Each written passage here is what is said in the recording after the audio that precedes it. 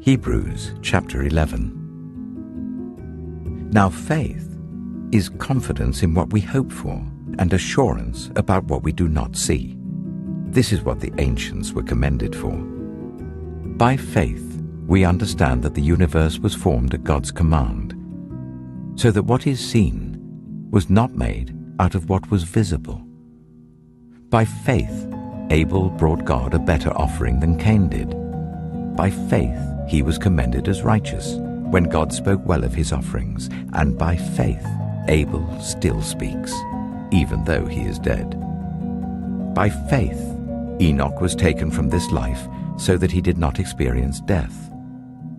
He could not be found because God had taken him away. For before he was taken, he was commended as one who pleased God. And without faith, it is impossible to please God, because anyone who comes to him must believe that he exists and that he rewards those who earnestly seek him.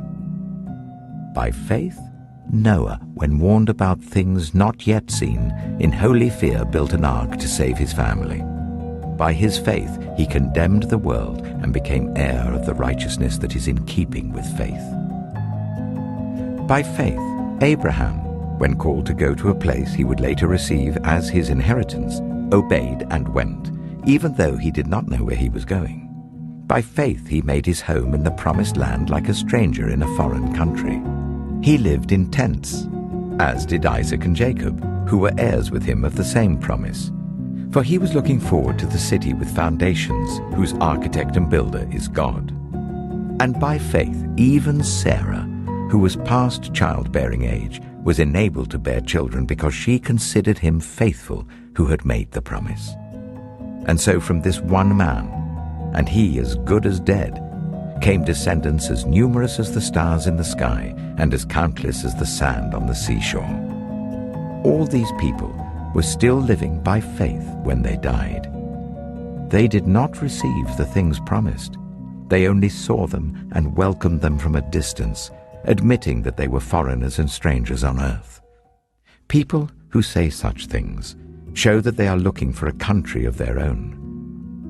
If they had been thinking of the country they had left, they would have had opportunity to return. Instead, they were longing for a better country, a heavenly one.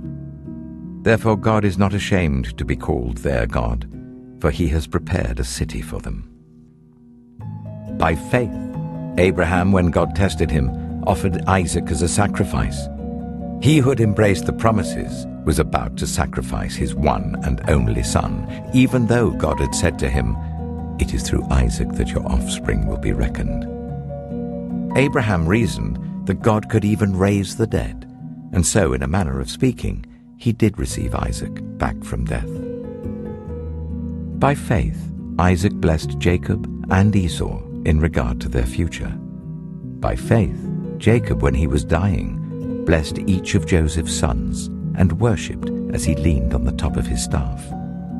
By faith, Joseph, when his end was near, spoke about the exodus of the Israelites from Egypt and gave instructions concerning the burial of his bones. By faith, Moses' parents hid him for 3 months after he was born, because they saw he was no ordinary child and they were not afraid of the king's edict.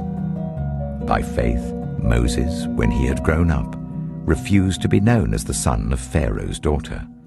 He chose to be ill-treated along with the people of God, rather than to enjoy the fleeting pleasures of sin. He regarded disgrace for the sake of Christ as of greater value than the treasures of Egypt, because he was looking ahead to his reward. By faith he left Egypt, not fearing the king's anger. He persevered because he saw him who is invisible. By faith he kept the Passover and the application of blood, so that the destroyer of the firstborn would not touch the firstborn of Israel. By faith the people passed through the Red Sea as on dry land, but when the Egyptians tried to do so, they were drowned. By faith the walls of Jericho fell after the army had marched round them for 7 days.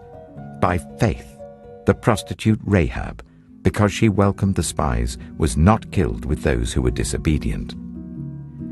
And what more shall I say? I do not have time to tell about Gideon, Barak, Samson, and Jephthah, about David and Samuel and the prophets, who through faith conquered kingdoms, administered justice, and gained what was promised, who shut the mouths of lions, quenched the fury of the flames, and escaped the edge of the sword, whose weakness was turned to strength, and who became powerful in battle and routed foreign armies. Women received back their dead, raised to life again. There were others who were tortured, refusing to be released, so that they might gain an even better resurrection. Some faced jeers and flogging, and even chains and imprisonment. They were put to death by stoning. They were sawn in two. They were killed by the sword. They went about in sheepskins and goatskins, destitute, persecuted and ill-treated. The world was not worthy of them.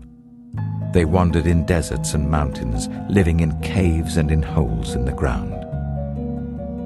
These were all commended for their faith, yet none of them received what had been promised, since God had planned something better for us, so that only together with us would they be made perfect.